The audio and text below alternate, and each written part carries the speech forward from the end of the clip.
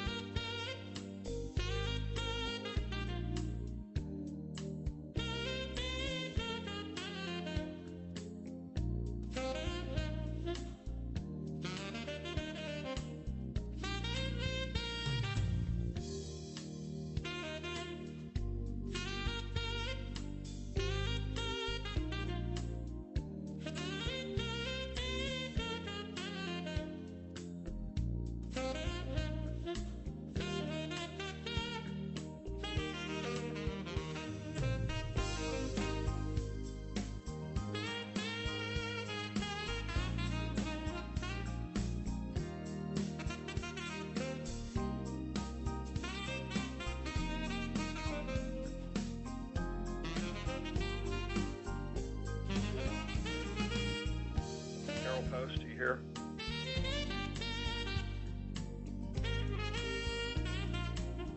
I'll send her a note.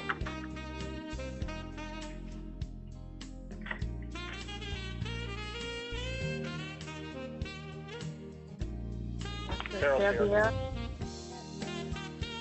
I've got Carol with me. Okay, thank you.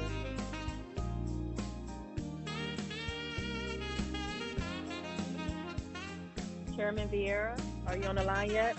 Yes, I am here. I just got in. Hello. Okay, awesome. Do you want to give a rundown to see if all the council members are here? Councilman Carlson, you there, Bill? Yes. Great. Councilman Dingfelder, you there? Present. Thank you, sir. Councilman Citro, you there? I'm here. Councilman Goods, you there?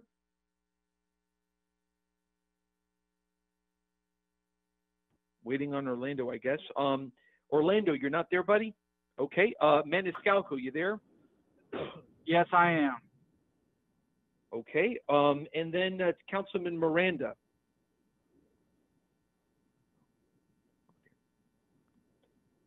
Councilman Miranda, and we are live right now, so we are being heard live right now presently? We're not live yet. Okay, someone just told me that we were. Okay.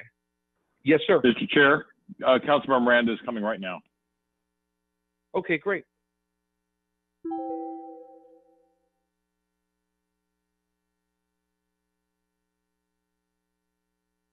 Do you want to give a couple of minutes for Councilmember Goose to get on? Or? Yeah, we are.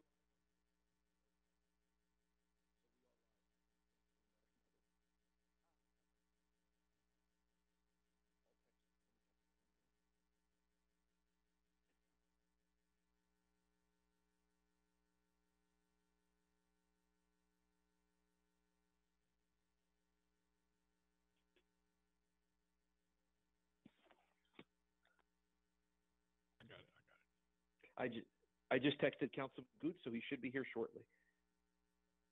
And Chief Bennett, you there, sir? Yes, good morning, Chairman. Yes, sir. Thank you, sir. The broadcast is now starting. All attendees are in listen-only mode. Okay. We begin this special call of Tampa City Council at 11:30, roughly. This is a special call meeting where there will be no formal votes taken, and this is a special briefing given to us by the Castro administration to Tampa City Council for COVID-19. We will begin with an invocation via a moment of silence. So let's go ahead and begin. Thank you very much. Next, everyone, if you could please stand where you are, and we will begin also by pledging pledge allegiance to the flag. I pledge allegiance to the sorry, my phone dropped. United States of America and to the republic for which it stands, one nation under God, indivisible, with liberty and justice for all. Okay, roll call, please. Yes, Chairman. Citro, I'm here. Carlson, Here. Dingfelder, Here. Good, Maniscalco, Here. Miranda, Here. Vieira. Here.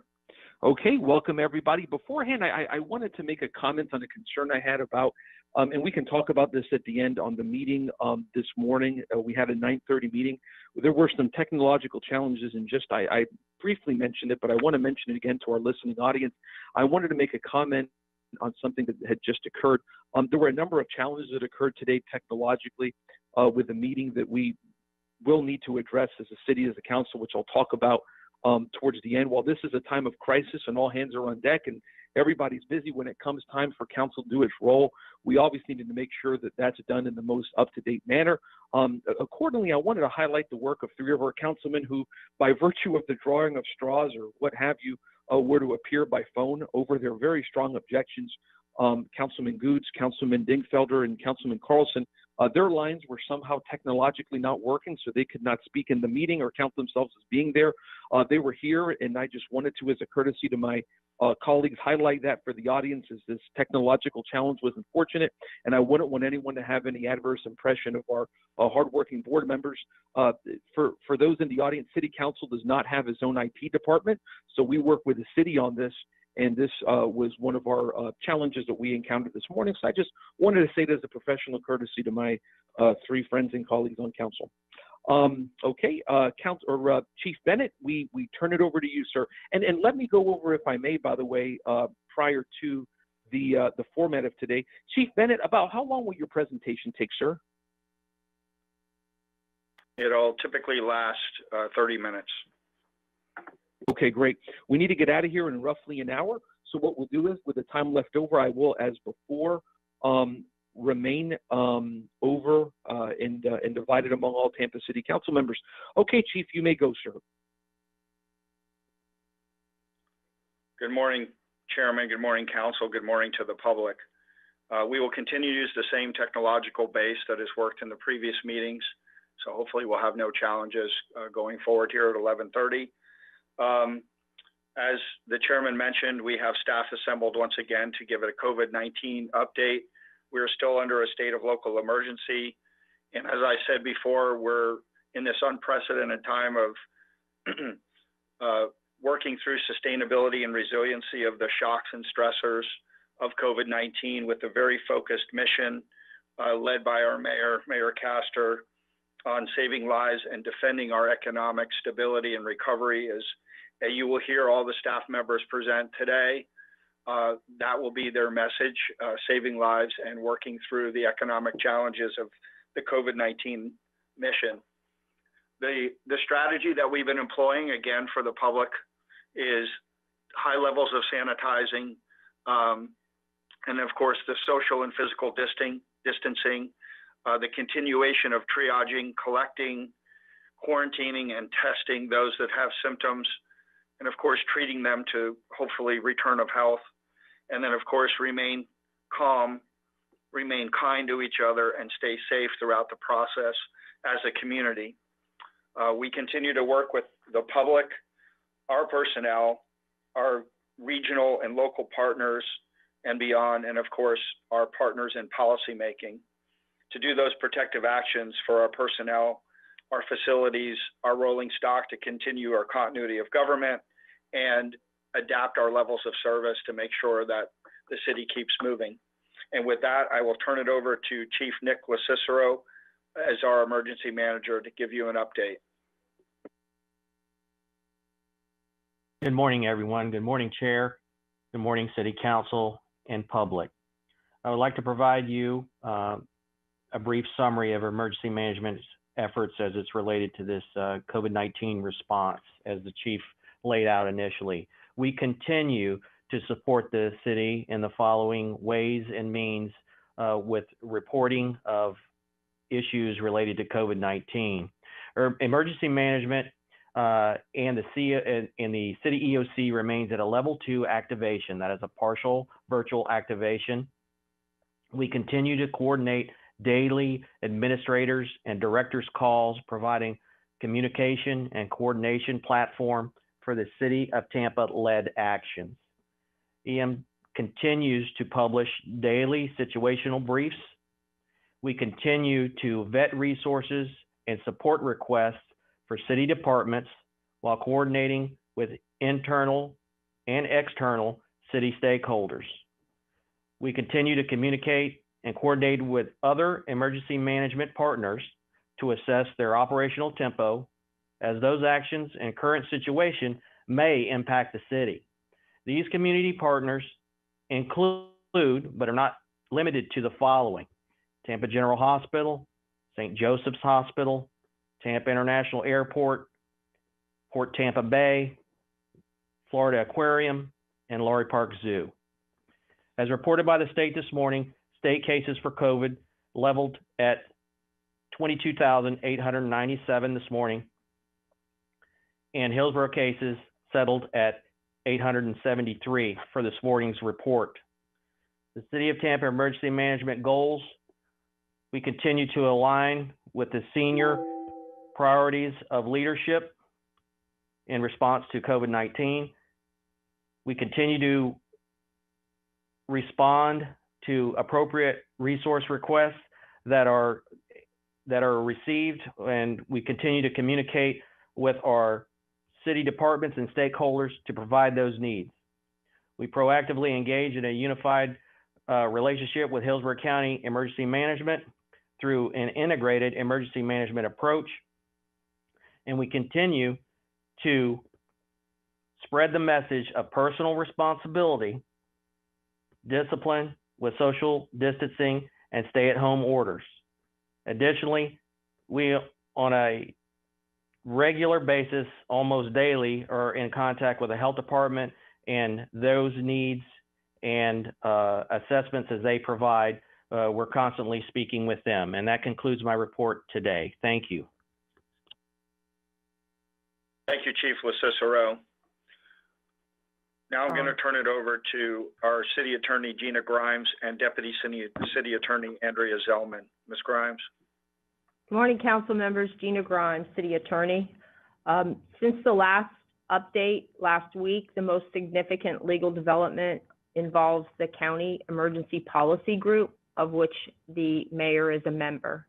I know you've heard by now that the Emergency Policy Group on Monday imposed a curfew from 9 p.m. to 5 a.m. And this was a proposal that was made by Commissioner Miller. And it was intended to address some of the larger crowds that he had witnessed gathering in parts of the city and county. The way it was drafted, it allows the same activities and services during the curfew hours as allowed during the non-curfew hours. And so the issue has been raised about what is the intended purpose of the curfew, if it allows the same activities during curfew hours as it does during non-curfew hours. And that's an issue that's likely to be discussed further today at the 1:30 EPG meeting. The other issue that's likely to be discussed today at the EPG meeting is a face covering order.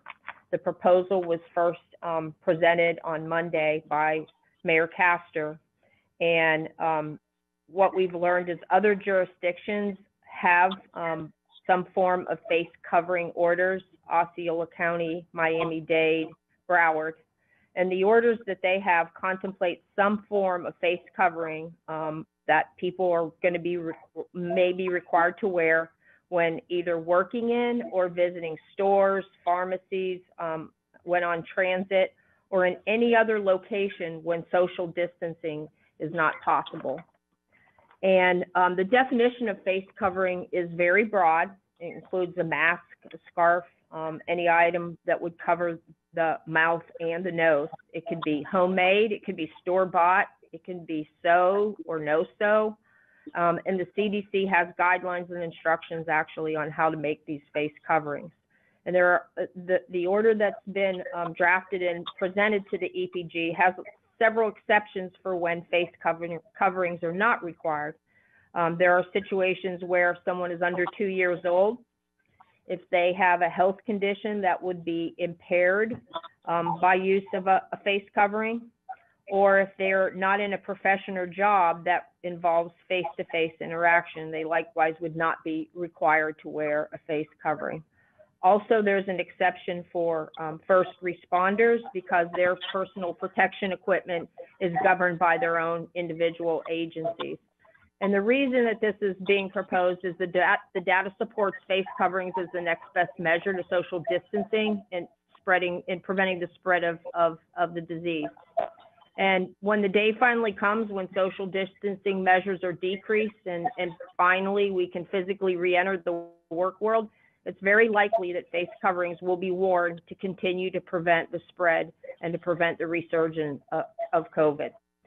So with that, that concludes my section of this, the legal update. But now I'm going to turn it over to Andrea Zellman. And we've all heard in the past week a lot about the city's One Tampa economic relief program, and it comes on the coattails of the federal legislation with economic recovery programs. And I think to just give everybody sort of a framework in which to understand all the various different programs that are out there, Andrea is going to address the programs that exist at the federal level, the state level, and then at the local level. And it's a very high level overview. We're not going to go into a lot of detail, but I thought it was important for you all when you deal with your constituents to have a good framework in which to explain to people what their various options are. So now I'm going to turn it over to Andrea, the Deputy City Attorney. Good morning, everyone. Andrea Zellman here. And again, this is just a very brief overview. Each of the items that I'm going to mention have a significant amount of detail to them that we just don't have time to go into. But I do want to give you and the public this overview of, again, the financial relief programs that are available to date. And I would also note that the city's COVID-19 webpage has links to these programs, as well as some programs being done by non-governmental industry groups and nonprofits. So it's a great resource. So first, at the federal level, as many of you are probably aware, there have been 3 stimulus bills enacted so far. The very first one allocated significant money to respond to the pandemic, and that included a Small Business Administration loan program called the Economic Injury Disaster Loan Program for companies with 500 employees or less. And the first 10,000 of any of those loans does not have to be repaid. I believe that program has already been closed, but that was, again, one of the early economic relief programs. The second bill that Congress passed was the Family First Coronavirus Response Act. The significance of that for businesses was it created some new categories of temporary paid sick leave and family and medical leave for people who can't work as a result of various COVID issues. And again, this is for businesses with between 50 and 500 employees And again, the significance is that with these additional leave categories, the companies are not going to be out of pocket. It's 100% reimbursable by the federal government. And then the third stimulus bill, if you will, is the one that probably has gotten the most attention, the CARES Act. And that's the one that for individuals and families, and again, this one applies only to tax filers. People with an income up to $75,000 got $1,200 from the federal government, and I know from anecdotal evidence that people who had a direct deposit relationship with the IRS have already gotten their money this week. Couples with an income up to $150,000 got $2,400 plus $500 per child. Even people who earn up to $99,000 individually and $198,000 total as a couple got money, although it was reduced somewhat from that $1,200, $2,400 amount. And then the CARES Act also had a program for small businesses, which you've probably heard about, the Small Business Paycheck Protection Program, which provided small business loans that were to be used to pay up to 8 weeks of payroll costs, mortgage, interest, rents, and utilities. This was also limited to businesses with 500 employees or less. The businesses have to apply for the loans through their local banks.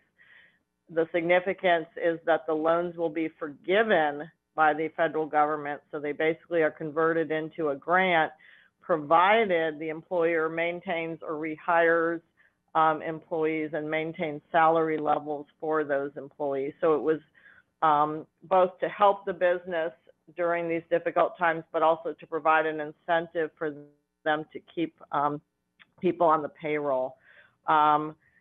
The other significant thing that the CARES Act did was give $150 billion with a B total to states and eligible local governments.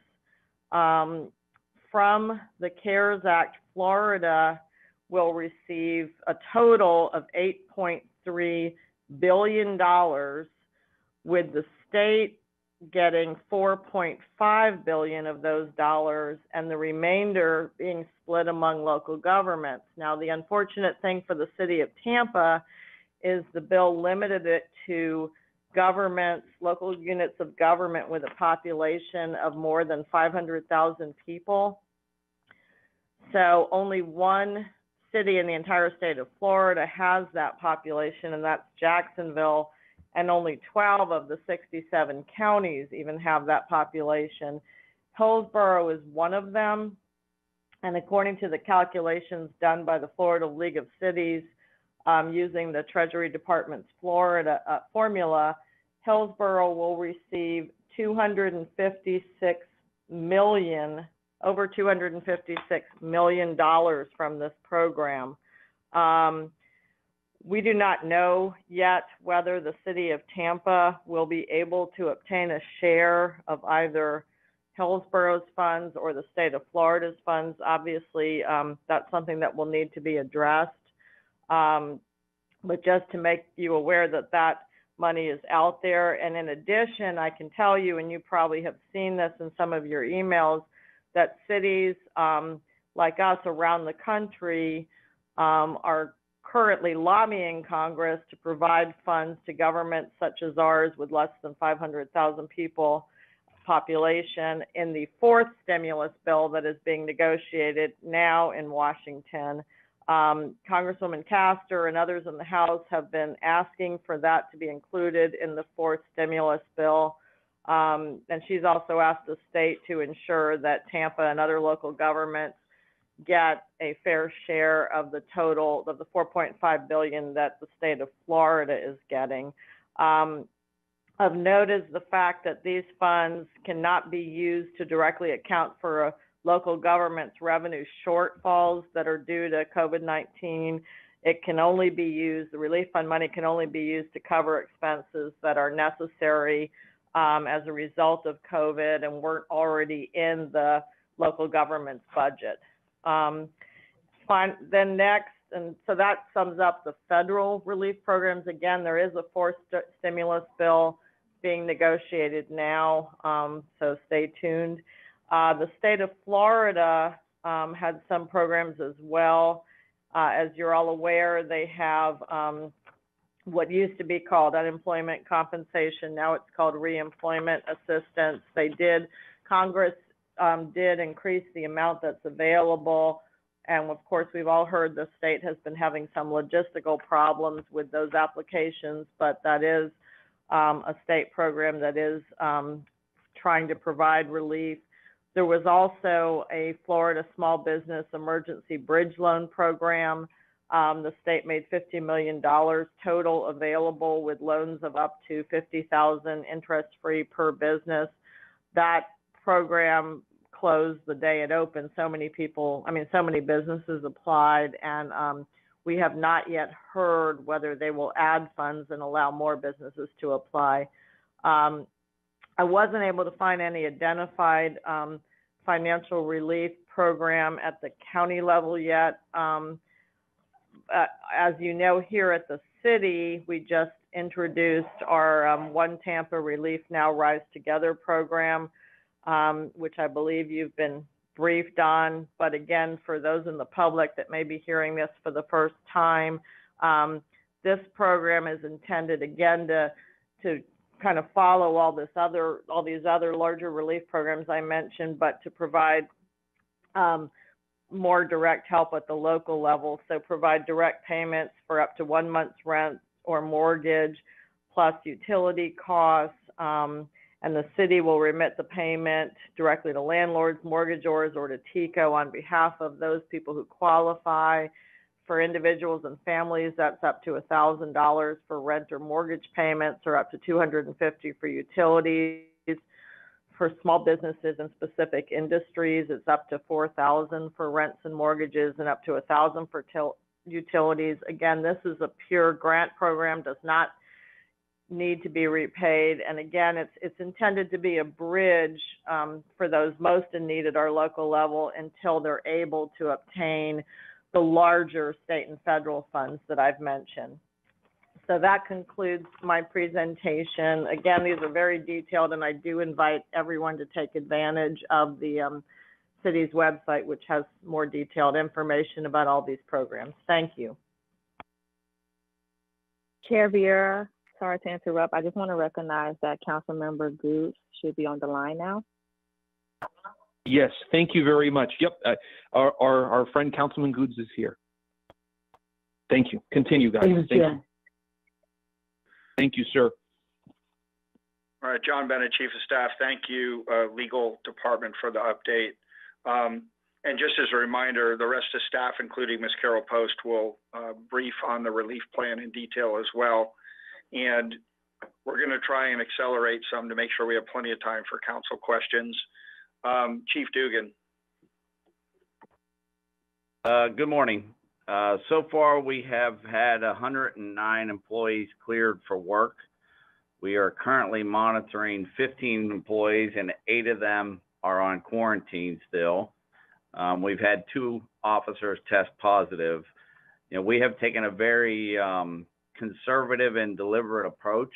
Tiffany Klein, the occupational nurse with the Tampa Fire Rescue, has been incredible. I always joke that she's going to be TPD's Employee of the Year, because when you look at other departments across the nation that have really been wiped out, her deliberate approach has really been a lifesaver, literally, to us. You know, at times we've had to take an entire squad off the street because we thought we had a potential exposure, and through her sorting through everything, we were then able to put those people back on the street the very next day. So, I mean, hats off to her.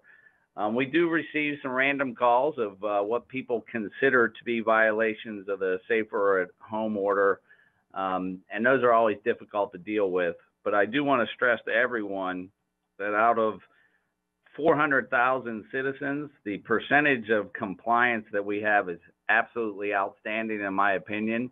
And I think a small few reports that we get of crowds gathering kind of gets gets all the good that's going on out there by our citizens can get lost in the shuffle.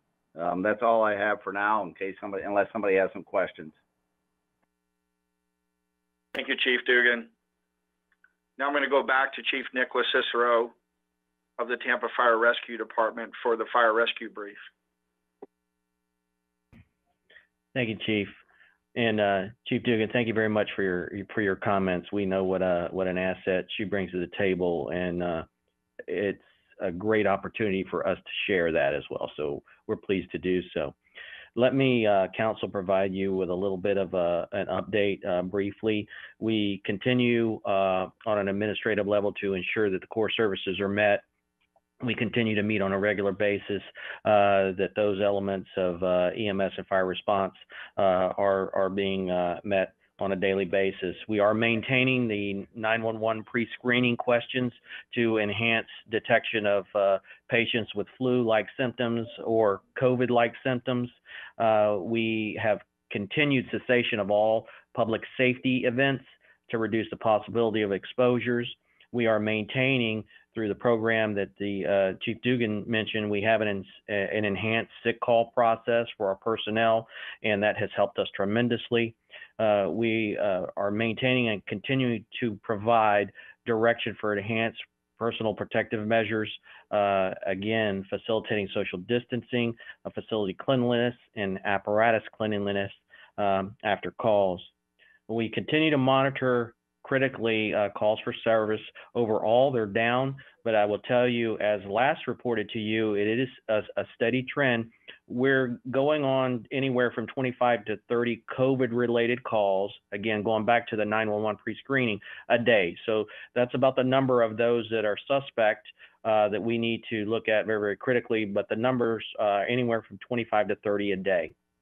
We continue to monitor PPE requests for fire rescue personnel, and we are following diligently exposure control processes for our first responders.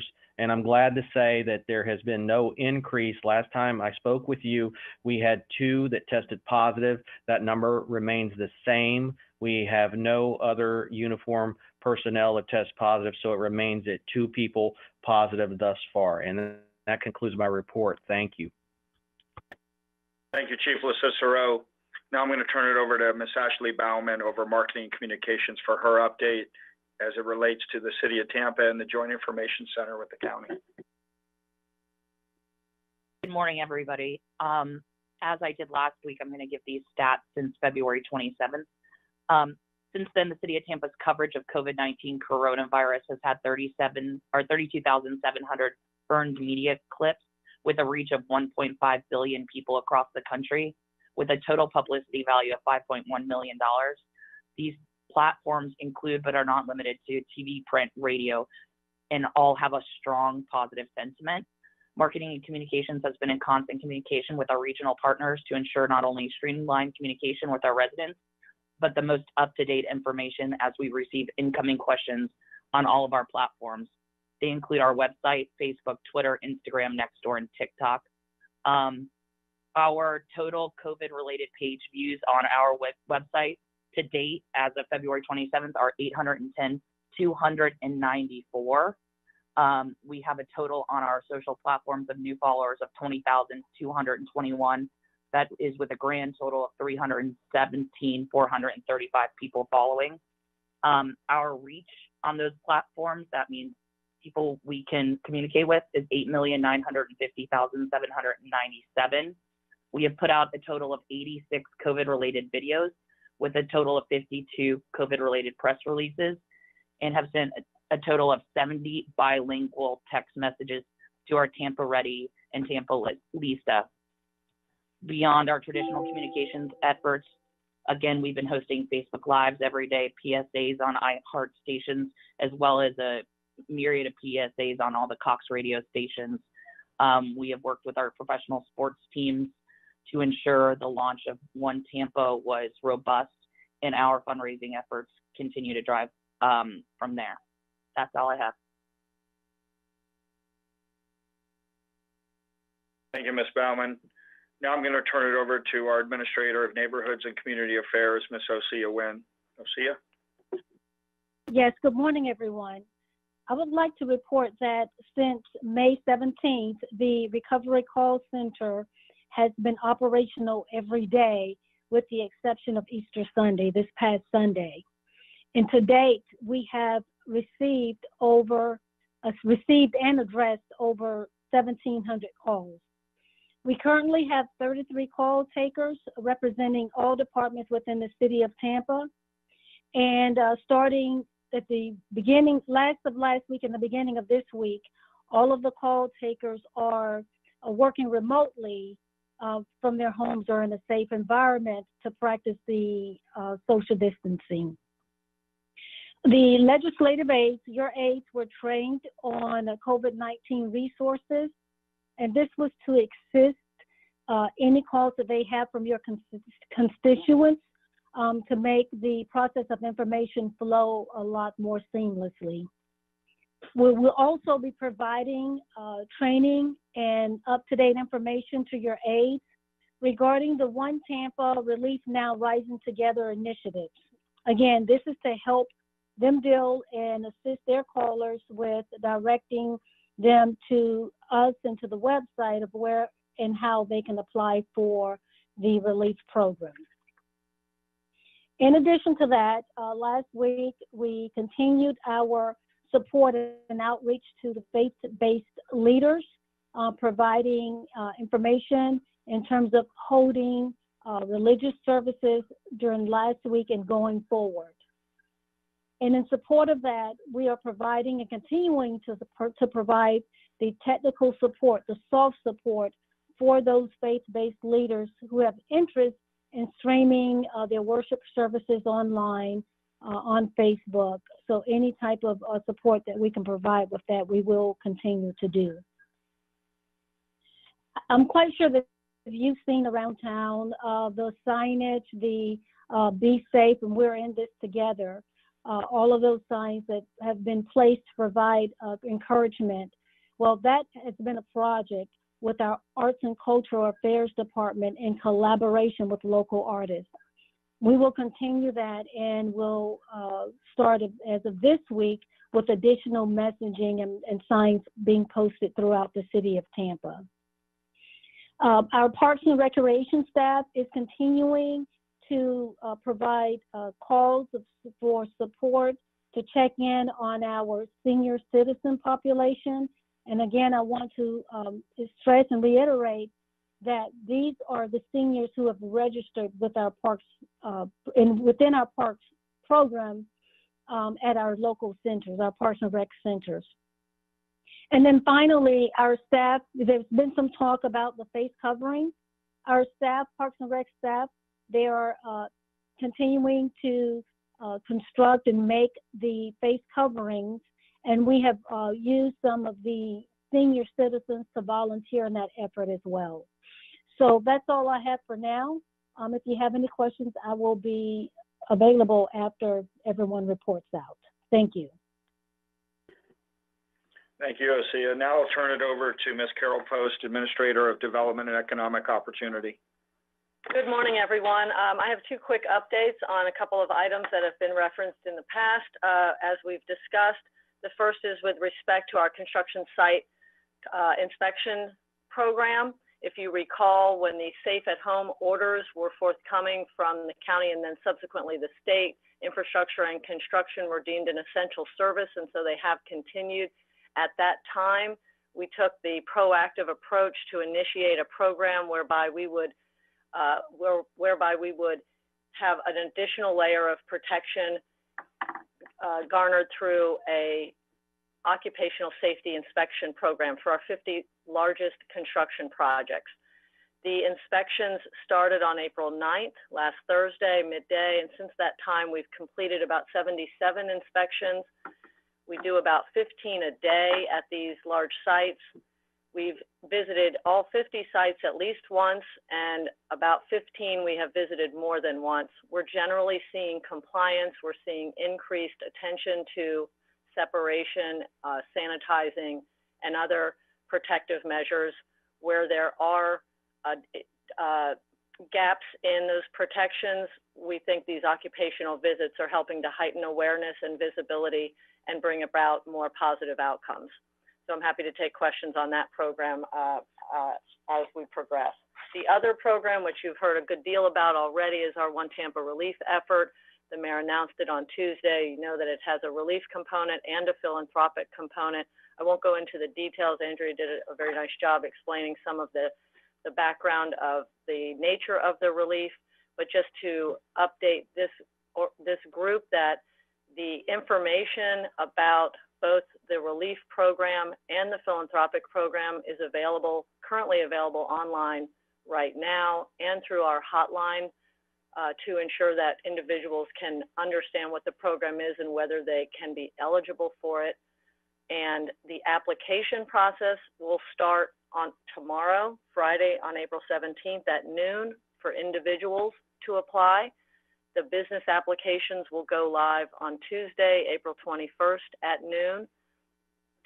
Both of those will be done or have the function available through an online tool, as well as to provide assistance through our 211 dial 7 partnership with the Crisis Center of Tampa Bay. So people have a couple of different paths in how to complete the applications. I'd like to just remind and emphasize the council that the relief plan is targeted at the most vulnerable of our community, and it's intended to cover those essential needs and primarily to be a bridge before the federal or other state funds will arrive and actually land in people's mailboxes. And then lastly, that the majority of the relief funds that we are relying on for the program today are federal CDBG funds, and therefore there are a number of required eligibility criteria that apply. So we'll be ready to work with our community and our partners at the Crisis Center as well as the Chamber to make sure that individuals and businesses have the help they need to complete the applications and get through the process and get these funds out to them as quickly as possible. Thank you. Thank you, Carol. We have two more quick briefings. First one's coming from our Administrator of Infrastructure and Mobility, Ms. Jean Duncan. Good afternoon, everybody. Just wanted to let you know that our various infrastructure and mobility departments continue to be out providing the core services that our citizens need and expect. We are applying those protocols that you heard about from Chief Dugan and Chief LaCicero to ensure that all of our teams are safe and they're protected on the job, and also the public is protected as our workers are out doing their jobs. In addition, we specifically are supporting the testing efforts that have been occurring at Raymond James Stadium. We've had a pretty consistent flow of testers coming in every day.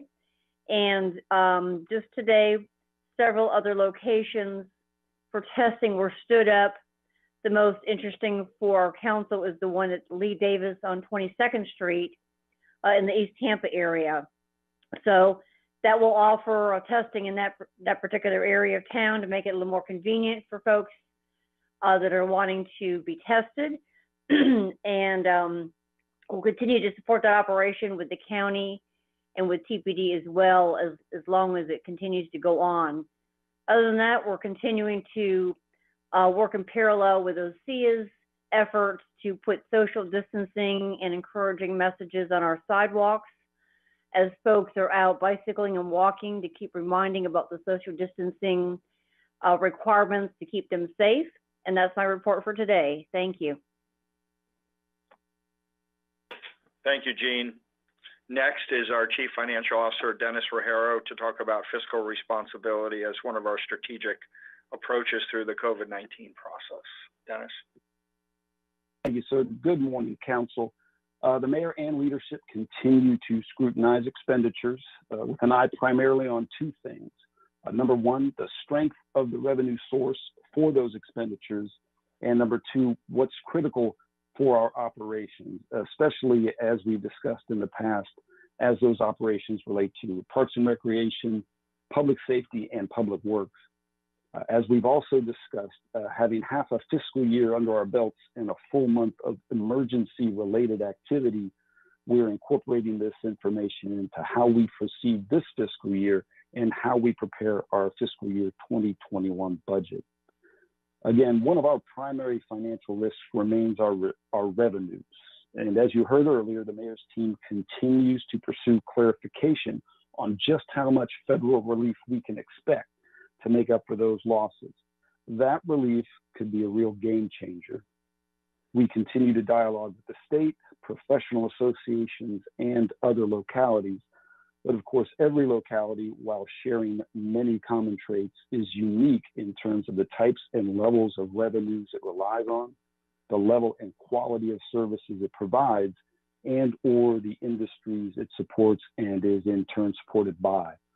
So in short, there remains a great deal of uncertainty out there nationwide for localities. Thank you. Thank you, Dennis. And as a quick wrap up, Chairman, Council, and public, just a couple quick reminders. As Ms. Grimes mentioned, there is an EPG, an emergency policy group meeting today at 1:30. So we encourage the public to tune into the county's meeting on that through their website or through their respective TV channel. And they will get an update from Dr. Holt over the Department of Health of some of the data and hope as we try to continue to flatten the curve in the city of Tampa and Hillsborough County and in the region. And just a point that Chief LaCicero mentioned about face coverings as it relates to personal protection equipment for our public safety. Just know that our personnel, non-public safety personnel, are also benefiting from 2 orders of face coverings. One that a shipment just came in of 4,800, and we're expecting another shipment of 4,800, which will serve all of our personnel with washable face coverings as we continue to battle this curve going into its midpoint, which is predicted for either the very end of this month or the beginning of May. And again, you can get that specific information by tuning into the EPG meeting later today at 1:30 from Dr. Holt. With that, I'll turn it back to the chairman and council for any questions of our staff. Thank you very much, Chief. We appreciate that. Now, for that EPG meeting, sir, when do you need to be out of here by? Staff is preparing for that to be online at 1:30 live. So typically, we're gearing up at least 30 minutes before that. Okay. So may we have 30 minutes, 25 minutes of questions? Is that good? Absolutely. Staff is poised to answer. Time-wise? Okay, good. Great. Okay. So I'll give, let me ask council members so everybody can get as much time. Is there anybody who doesn't have more than 1 minute of questions or comments? Anybody? And I'll raise my hand for that. You never know what happens, but I have 1 or 2 minutes. Anybody else who feels like they're going to go 1 minute? Guido Maniscalco, I can keep it short, so. Thank you, Councilman Maniscalco. Okay, so that's 5 Tony individuals. Miranda, I can keep it short. Thank you, Councilman Miranda. So that's 4. Mr. Chair? Let me do some quick math here. Yes, sir. I hate to Councilman apologize. Dingfelder, I go would ahead, keep, sir. Oh, and Citro, I'm sorry. Go ahead, sir. I will keep mine very, very short. Okay, so I just want to give people as much time as possible. Okay, so let's do this. Let's give about 6 minutes to Councilman Goods, Carlson, and Dingfelder, and then the rest of us will take 1 to 2 minutes, and that should do it. So we will go in alphabetical order, starting with Councilman Carlson. You may go, sir. 6 minutes. My questions are short, but I don't know how long the answers will be. We're on the front line of getting lots of feedback from the public, and the biggest avalanche of comments I've been getting have been around the curfew, and then also the EPG's proposed face mask requirement today. And there are lots of different political comments about all of that, but as I remember the chief saying a few minutes ago, there aren't that many groups that are congregating illegally. And I remember originally when the EPG talked about curfew versus just the safer at home policy, that there weren't a lot of differences. And it sounds like legal is still trying to deal with that. But from a policy and protection point of view, can anybody comment on why it's essential that we add that extra layer in there that seems to be confusing by the public and many people in the public are against?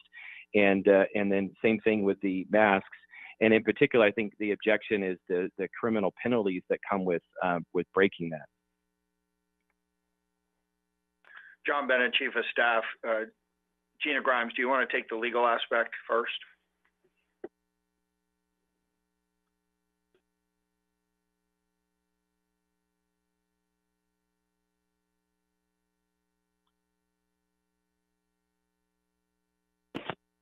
Ms. Grimes, you there?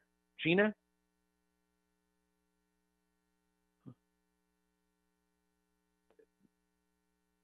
Chief Bennett, you there?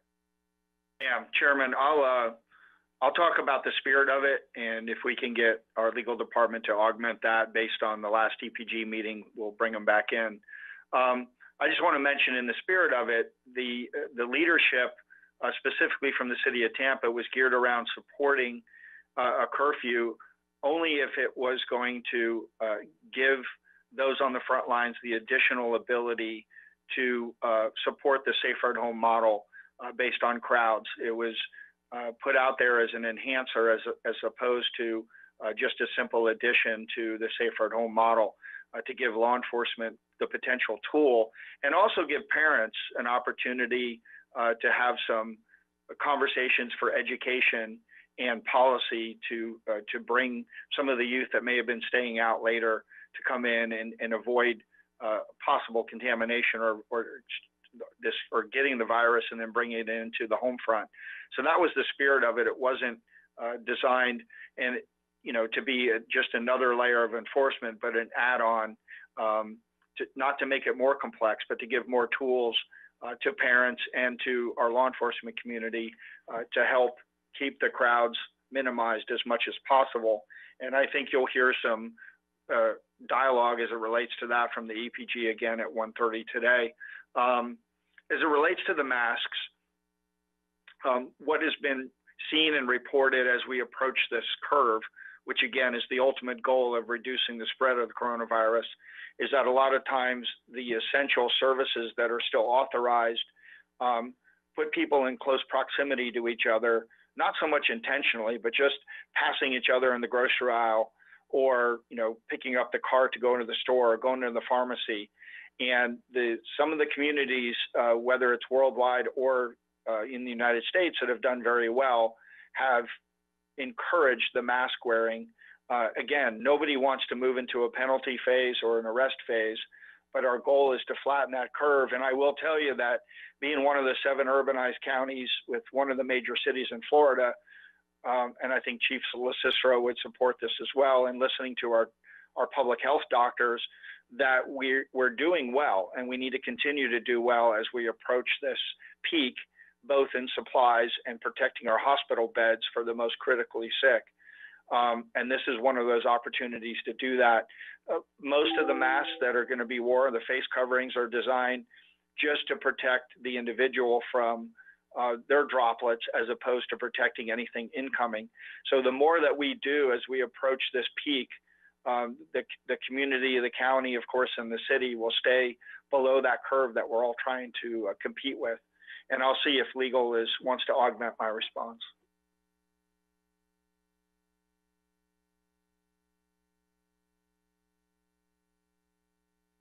I'll just go ahead and say, listening to the public, you all have to do what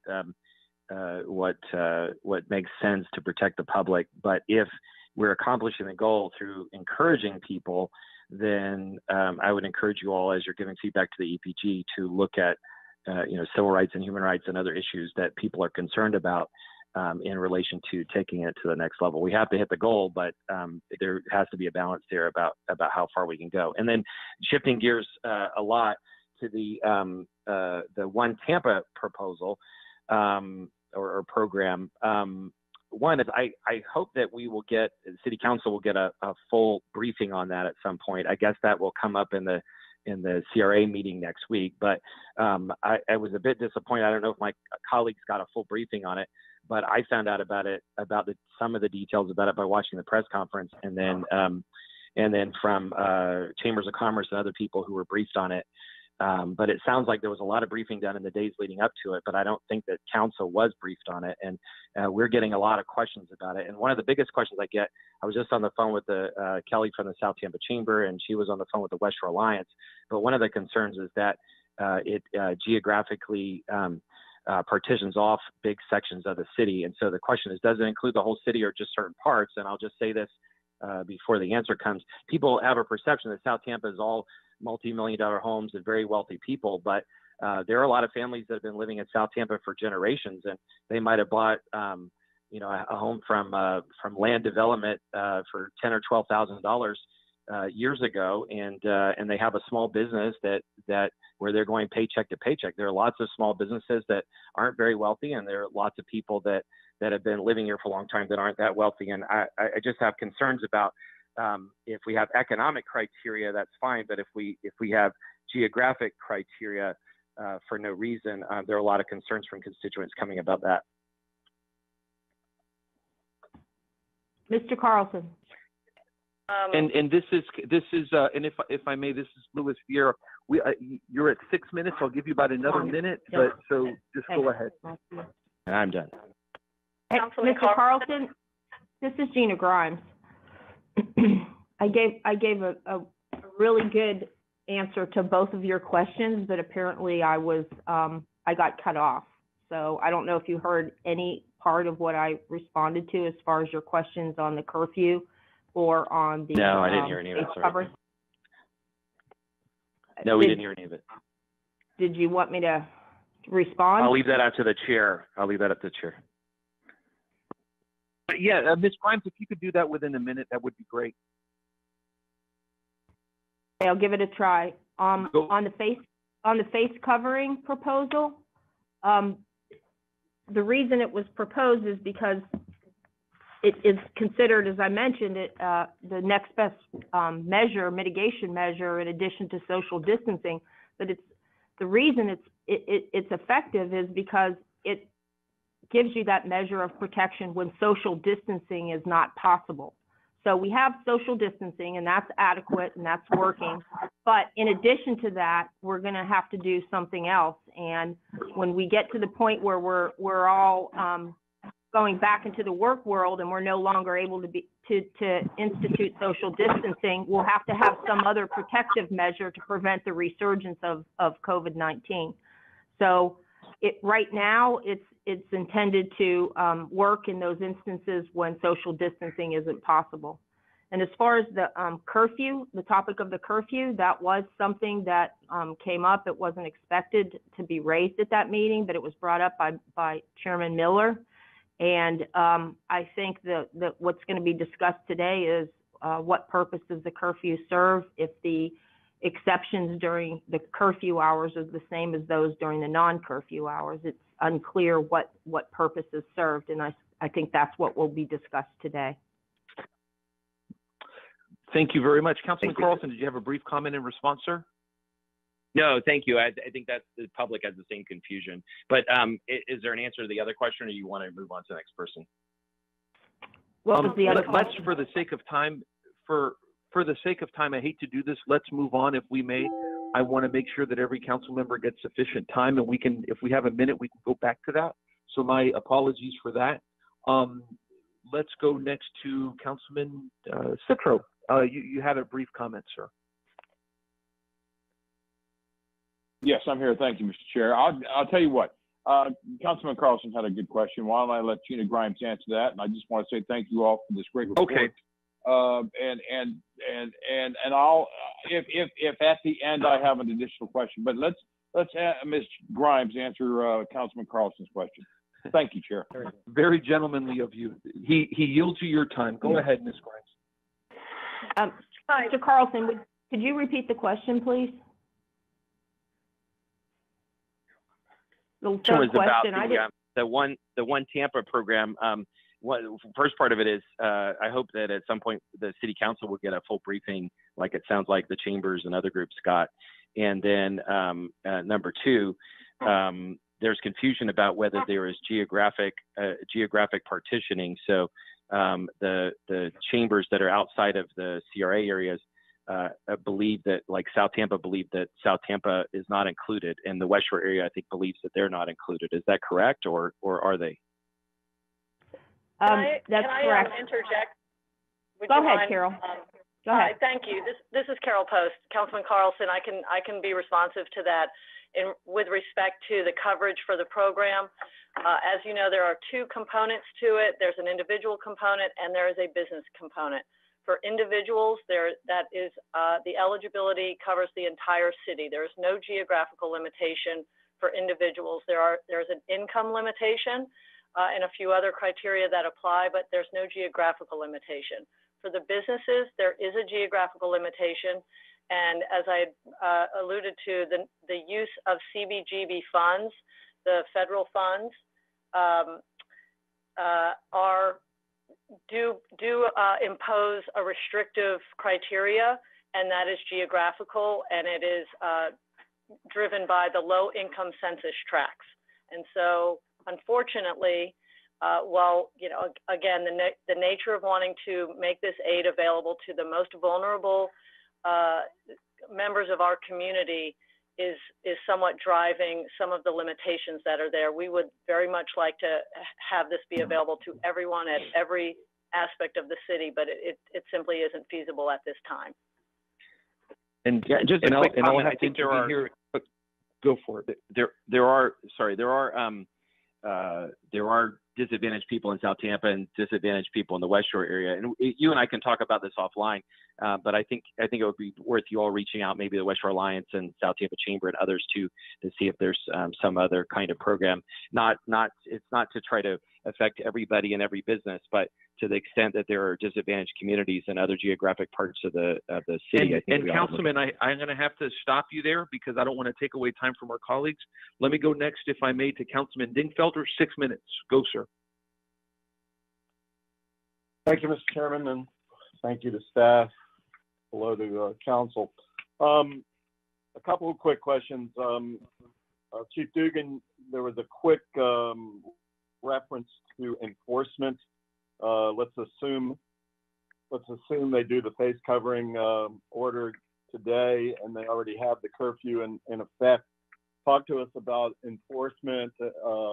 I've had emails of people with great civil liberties concern, as Councilman Carlson said, about the curfew, et cetera. So talk to us about enforcement and that sort of thing. And then I have one or two others, Mr. Chair. You know, what we're relying on is education and warnings. As you are well aware, the Constitution is still in effect, even though we're under a state of an emergency. You know, we're being very careful. And I think the issue is we have some people who think there may be violations. There's some perceptions of violations. And what we have done is just taken the approach that we're going to educate and warn people. You know, we really have not had any real problems with people. Once we talk to them and educate them, they move along and do the right thing. And we've taken a very reasonable approach. And I think that's why we haven't had any arrests, we haven't had any problems, and we have no intentions of making an arrest unless we absolutely have to. But, you know, we're doing our best, and I think it's really working well when you look at the big picture of everything.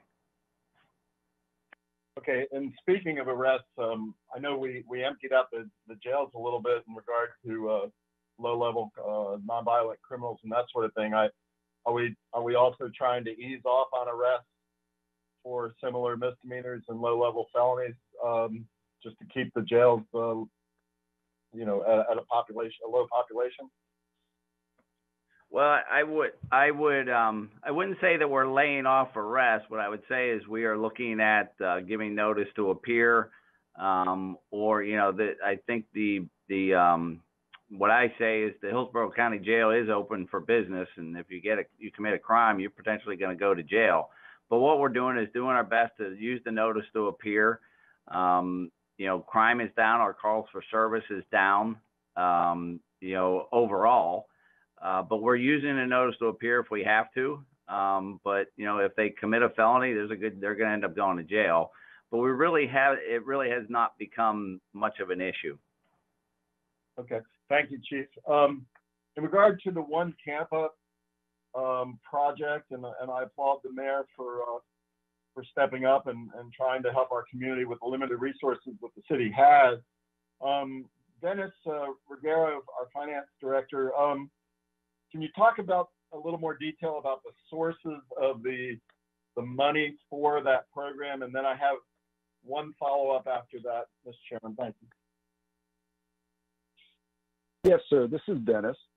Yeah, the Tampa One Fund is going to be primarily made up of federal funding in the form of community development block grants from HUD to the tune of $2 million, a philanthropical component that we hope to get to $2 million, a match from the city's emergency reserve fund for $2 million, and then an as yet determined amount from the Community Redevelopment Agency board that I believe the administration is going to bring to you next week.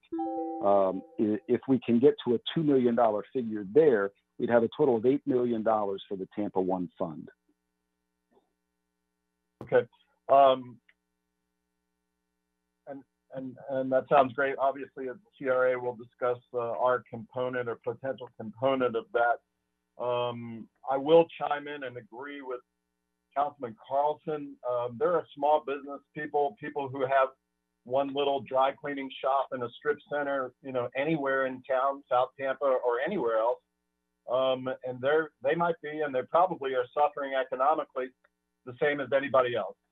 So Ms. Post, I'm not even looking for a response, but I would urge you and the mayor and Chief Bennett to put your heads together. The reserve fund was generated by taxpayers' dollars, and everybody contributes. So everybody should be able to benefit. So I think we need to expand our business program to, I understand the limitations on the CDBG money and obviously on the CRA money in relationship to the geographic. But if we're using taxpayer money in regard from the reserves, then I think that the program needs to be opened up potentially geographically to all businesses, no matter where they are. And I agree with Councilman Carlson, that should be more of an economic criteria than a geographic criteria. That's all I got. Thanks for all y'all are doing, and I'll talk to y'all later. Thank you, Councilman Dingfelder. Appreciate it, sir.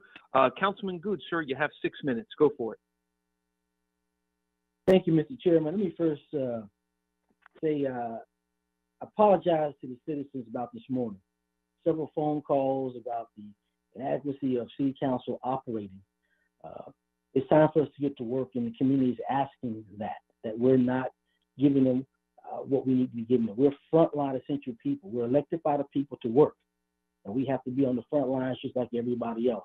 Maybe I have that old police mentality because I've served the front lines, but I want council to understand we've got to get back to work. But as it relates to the One Tampa, I do agree with Councilman Dingfelder and Mr. Carlson. If you're saying a One Tampa, that means, and we're going reserve funds, that means all the small businesses should be included. When we talk about CBG funds, some of those are federal guidelines. We have to make sure we follow those. I understand that. I don't know why we're jumping in the CRA talk with the One Tampa reference to we have not even met with our director in reference to a policy in reference to what we can do to help out our small businesses communities. So I'm kind of confused about that. I'm also kind of confused how does everyone else know about One Tampa? And this council doesn't know any criteria until the 9th hour is laid out. That's unacceptable. Where I get called and I can't answer legitimate questions to the public, my constituents, about the One Tampa program. I've already really expressed my disgust with Ms. Post and the Chief of Staff. I do like some of the things in the individual portion of the One Tampa, but I do not like a lot of the portions in the small business program. I don't know, and Ms. Post can tell me, because people are asking me, I don't know what a 1099 contract is or sole proprietor consultant, not cash or tax means. So maybe you can explain what that means so the public can know, because I don't know what that means. Councilman Goods, I appreciate it. And in continued response to that, we we agree, and we would very much desire to have this be more expansive. We are working with the resources we have now, as discussed. If we are able to raise more philanthropic funds, tap into, with the discretion of the CRA board, some of the CRA interest funds, those would be essentially unrestricted. The CRA funds would be restricted to those geographical locations, but philanthropic dollars would be unrestricted. That would open doors for us to really expand the program in many ways. So we look forward to that. We're in response to your specific question, as we've discussed, the attachment around critically impacted businesses, we're refining that as we speak. That's some of why we launched this a few days before the applications go live, is to make sure that these things make sense, that people understand whether they're eligible or not before the clock starts running. So we will have some more defined answers to that and have that document updated before noon tomorrow to answer your question. Thank you. I'm kind of confused about the 50% reduction in revenue. Because if a person is making $3,000 a month, or make $3,000 a month, and now they're making 18, they would technically be are not qualified for the program. And a lot of the other programs that you, Ms. Zelma, have mentioned have closed. People cannot get those grants or loans because they don't understand, don't have the proper documents, or they just can't apply. Many of my friends who apply for your paycheck protection programs, the economic disaster loans, you know, the ones who have applied, they've been already people who have money. I've had small business owners who receive funds who are millionaires already, but the small guy is still left out. So I have to make sure that when I look at criteria of 5 years, I look at code enforcement violations, I look at some of these other stipulations that are in there. You're going to cut the small person out. You're going to cut Ms. Jones out, but she may not be able to come up with a lot of these things. But we know Ms. Jones has been operated for maybe over 5 years, maybe 3 years. She's been strong. It takes a business 3 years to peak, and 5 years get them where they need to be. I'm a business owner of my family. I understand that. So I think, like I explained to you in the chief, we rolled this out, and I applaud the mayor for the efforts of getting something moving, but we pulled it out too fast. Council has no idea what is going on with this. And I applaud again the mayor and whoever staff was to create some of the stuff, but there was no input from this council, but we had input from all these other people at the table, and we can't answer questions. And that's bad for a council. To me, when people say do nothing council, I have to sit back and shake my head. Well, hell, you're right. So I'm looking forward, Mr. Chairman. Again, I know that you don't want motions, but we are going to have to eventually take up a position of when council will get back to work. You know, I look at Chief Bennett, great guy. You know, he was a guy who was a commander of a SWAT team. When he needed things and they were not right, he got it done. What I'm saying, we have technology. We have a city government that's saying we don't have the ample technology. So we got to get that technology so we can operate, sir. I've got Mr. Mantega of the Elijah Center sending me a letter saying that he can provide a place for this council to meet and for our constituents to meet to get back to work. I see the email with all the council members have CC'd on. I'm hoping later on after the other staff left that we can have a discussion about getting back to work and getting the technology we need to do what we got to do. It's really upsetting to me, but I want to make sure if Ms. Van Loan is on this line, I want to make sure she knows that she has a contract. We have a contract with the city. She works for the CRA board, and her policy should not mirror the one Tampa policy. And I had several state representatives have called me as it relates to CRA dollars and say, you need to be careful of this. So I want to make sure and put that in the air, and that people know. I don't like to hide anything, but these are some of my concerns. I'll yield back, sir, and I hope we can have a discussion about us getting back to work. Anything else, Councilman? That'll be fine. That'll be all, sir. Thank you. Okay, thank you very much, Councilman. Let's move to Councilman, let's see here, Maniscalco. Thank you very much, Mr. Chairman. Thank you to my colleagues for your comments and questions. A lot has been said.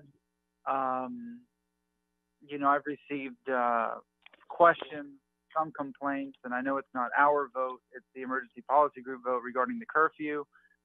Some people think it's unnecessary because, you know, businesses, a lot of places, supermarkets, everything from Save-A-Lot, Publix, Dollar Tree, whatever is considered essential, they're closing at 8, 9 o'clock. So where are people going to go after the curfew time? So that's, you know, one concern. You know, folks are worried about that, but Chief Dugan has already answered some questions regarding that. People are in compliance. If they're stopped, they move along. They understand. You know, we're avoiding issues with that. The issue with the face mask. You know, I wear my mask when I go out if I have to go out. But what I see when I do go out, a lot of people are already wearing the mask, which is good. People are social distancing. I really don't see too many people. There's traffic is pretty light for the most part everywhere. But yesterday I took a walk through the city, and I photographed, you know, just how much less traffic there is, and I appreciate that people are complying with that. I know that this is a strange time. This is a very difficult time, but we're trying to, and everybody from the mayor down to us to members on the EPG group, whatever, we're trying to get to that, flattening that curve, getting to the plateau, and getting this done as quickly as possible. I think the social distancing is working. We're seeing the numbers improve in favor of you know, us getting out of this and us getting back to work and putting this behind us as quickly as possible. I appreciate this fund to help you know, some business owners, should they meet the qualifications, being 5 years in business and only in certain areas and whatnot. It's helping a certain group of people. I know we have to abide by guidelines that are beyond, you know, just what we can impose through the city because of funding and whatnot. I hope that we can look at expanding that and whatnot and helping people throughout the entire city, because this is very, I mean, this is very hurtful to the small business owner. People are losing money day in and day out. I talk to people daily, and each day I have somebody that I know that said I've been furloughed or I've been laid off. People are scared. People have only so much in savings. I know some folks are getting the stimulus, which is appreciated.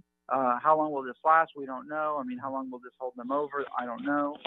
People are very scared, but I think we're doing the best that we can in trying to maneuver through these waters that we don't know. You know, everything is changing daily, but I think we're making improvements and whatnot. So that's it. That's all I have to say. I appreciate it, and on to the next person. Thank you very much, Councilman Maniscalco. We appreciate it, sir. Councilman Maniscalco. Or I'm sorry, Miranda, excuse me.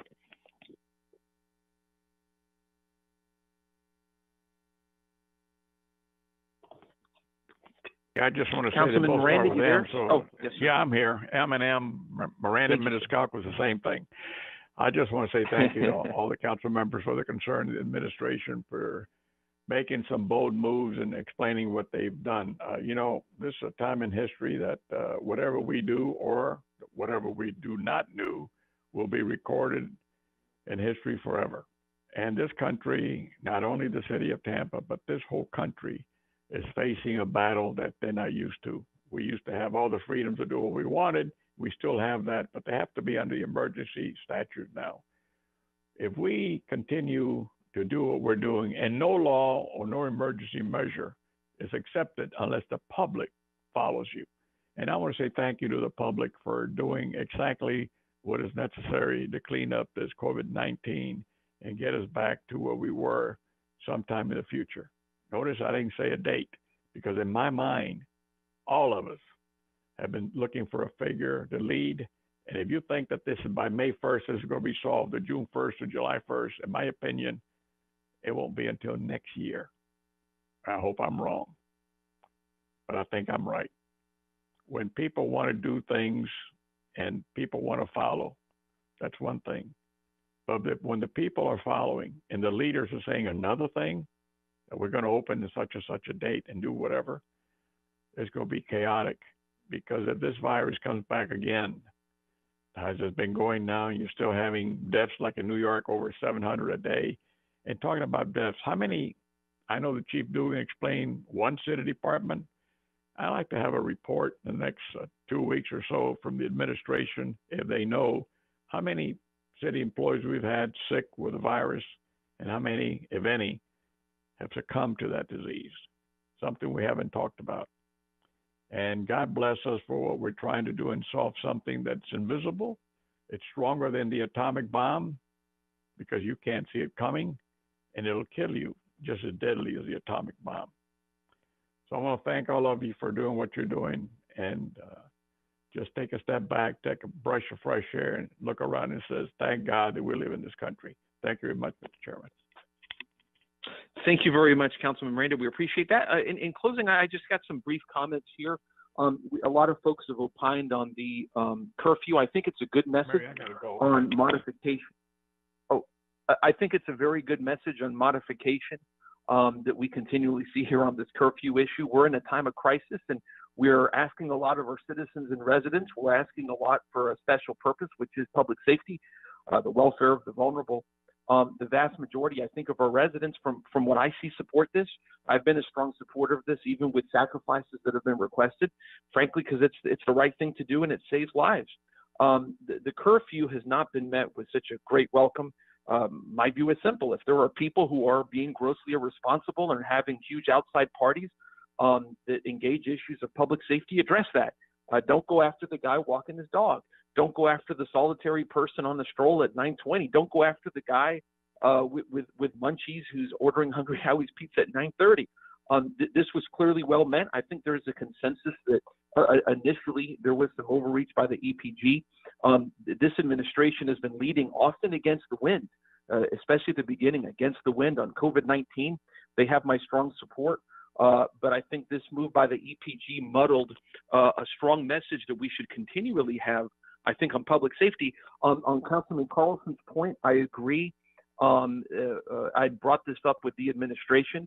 While CRA gives us a really good, unique, special tool, it's a narrowly tailored one. It should be one of the tools in our toolbox, and a toolbox for an entire city that's hurting. South Tampa's hurting, North Tampa's hurting, East and West Tampa are hurting, Ybor, Channelside, New Tampa, College Hill, everywhere. And we should certainly have remedies for I think, for every situation. And then lastly, and I hear a lot about us, getting back to work. I want to draw a distinction because I think every single member here on this city council is working very hard. We're not having the technological support that we need, and I discussed that at the beginning, to have these meetings. But every single staff member is working hard. Every city council is working their tail off. Where our meetings are not technologically we want them to be, for the reasons I said in the beginning, I suggest we're all working hard. I myself am on my third town hall. My legislative assistant, Brandon Jordan Lazo, has been frankly working her tail off with me on constituent matters, meetings, chair issues, technological challenges, et cetera. So I just want to say my piece, which is we want to get back to meetings. We want to get back to council being able to do our formal meetings and our job within the city within feasibility. But I think all of us are very, very much so working hard. And I just wanted to state that. Very briefly here, I'm going to suggest in closing that we call for a special call meeting on Tuesday, April 21st, for this very purpose, in fact, from 9 to 10:30 to come to a consensus on future council meeting schedules, including, because it's that time of year, the election of a council chair and quasi-judicial hearings. We need to continue to push this issue of having proper hearings, proper meetings, so we can move the economy forward and move the people's business forward. So therefore, I am calling for a special call meeting on April 21st from 9 to 10:30 to come to a consensus on these issues, and also to address the issue of election of council chair, vice chair, CRA chair, and CRA vice chair, as we have to do that. And I think everybody's heard of this, but we'll go from there. Okay. Thank you very much. Mr. Chairman. Oh, yes. Mr. Chairman, point of order, Dingfelder. Listen, and I said this about a week or two ago. I think we limit ourselves on the back end of these meetings you know, an hour meeting, an hour and a half meeting or whatever. Yeah. And then we find ourselves having to rush. So I think we should do a special call meeting for 3 hours. And if we use up an hour and we hang up, then we're done. But when we limit ourselves to an hour and a half, I think it creates problems. Thank you.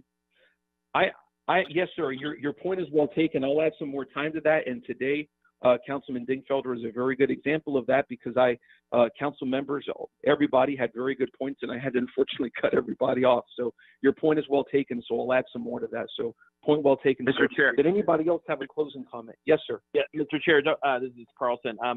I sent around a memo about the 23rd. There's the expectation of the community that we would have that workshop regarding Bayshore and speeding throughout the city, and it has become more and more of an issue, not just because of the tragedy recently, following a tragedy in January and the one a couple years ago, but now there's still speeding complaints throughout the city, and I feel strongly that we should go ahead and do this while the public has time. We should take all the input that we can. The chief of staff has suggested maybe moving it to the 30th, but we need time to be able to inform the public about the meeting. And I think we ought to do that broadly so that we get as many people out as possible, so that we hopefully can address this once in 4 or 8 years instead of regularly, and also, you know, provide the safest solutions we can for our citizens. Yes, sir, Councilman, and I support that. We're working with staff. I know on the 23rd, we're going to have I believe it is a CRA meeting that day, if memory serves me right, a briefing. So I believe we are, I hope I'm not speaking out of turn here, but we're working on one of those 2 dates. So that will happen, sir. And I saw your memo, and I'm fully supportive on a workshop on speeding throughout the city, including Bayshore and throughout all of the city of Tampa. So thank you for your comments and input on that, Councilman Carlson. That is going to happen. So thank you for that, sir. Okay. Thank you. Anyone else? Okay. Thank you, everybody, very much. Tampa City Council is adjourned. Thank you to all of our council members for all of your hard work and input and your passion. And thank you to all staff members, including Chief Bennett and everyone, for all of your hard work and dedication. Thank you, everybody, very much. God bless you and stay safe. Thank you.